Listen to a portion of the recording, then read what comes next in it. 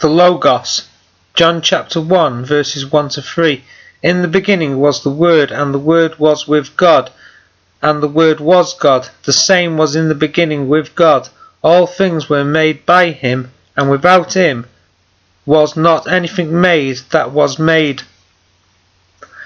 This passage is usually the chief reference on which the pre-existence and deity of Christ is argued. Christ was not literally the Word, he was the Word made flesh, verse 14. The Greek word logos, translated word, expresses the divine intention, mind or purpose. Robert Young defines logos as a word, speech, reason.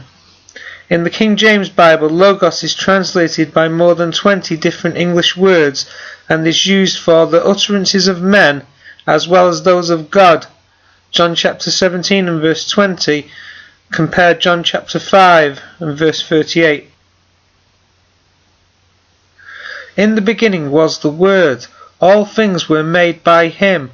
Logos does not in itself denote personality. It is personified by the masculine gender in most English Bible translations. However, some translations avoid this confusion by translating the pronouns in the neutral. Through it everything was done. An Old Testament parallel to the personification of Logos is the personification of wisdom. Yahweh possessed me in the beginning of his way. Before his works of old I was set up from everlasting, from the beginning. Proverbs chapter 8 verses 22 and 23. In this passage wisdom is personified as a woman, verses 1 and 2 of Proverbs chapter 8. All things were made by him. John is alluding to the creation record in Genesis. God spoke and it was done, and God said, "Let there be light," and there was light. Genesis chapter 1 and verse 3. Notice another allusion, John chapter 1 verses 7 and 8. But this creation was not accomplished by Christ, but by the Logos of God. This is indicated by several passages. By the word of Yahweh were the heavens made, and all the host of them by the breath or spirit of his mouth. For he spoke, and it was done. He commanded, and it stood fast. Psalm chapter 33 verses 6 and 9. Compare also Psalm 107 verse 20, Psalm 147 verse 15, 18 and 19, Isaiah chapter 55 and verse 11. By the word of God the heavens were of old, and the earth standing out of the water and in the water.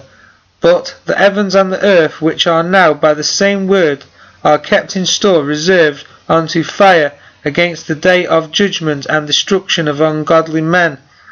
2 Peter chapter 3 verses 5 and 6. Compare also Hebrews chapter 11 and verse 3, Jeremiah chapter 10 verses 12 and 13. Angels, prophets and Christ have been vehicles by which God has expressed his Logos. Christ is the complete manifestation of the Logos. In him dwells all the fullness of the Godhead bodily. Colossians chapter 2 and verse 9. It was the Logos which was in the beginning with God, not Christ.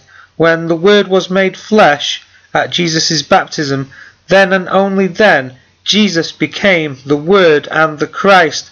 Christ is called the Word in Revelation chapter 19 and verse 13, and in many other passages of the Bible, since his doctrine and words came from his Father. John chapter 7 and verse 16, John chapter 17 and verse 14. He was the Logos lived out in speech and action, not merely written on scrolls.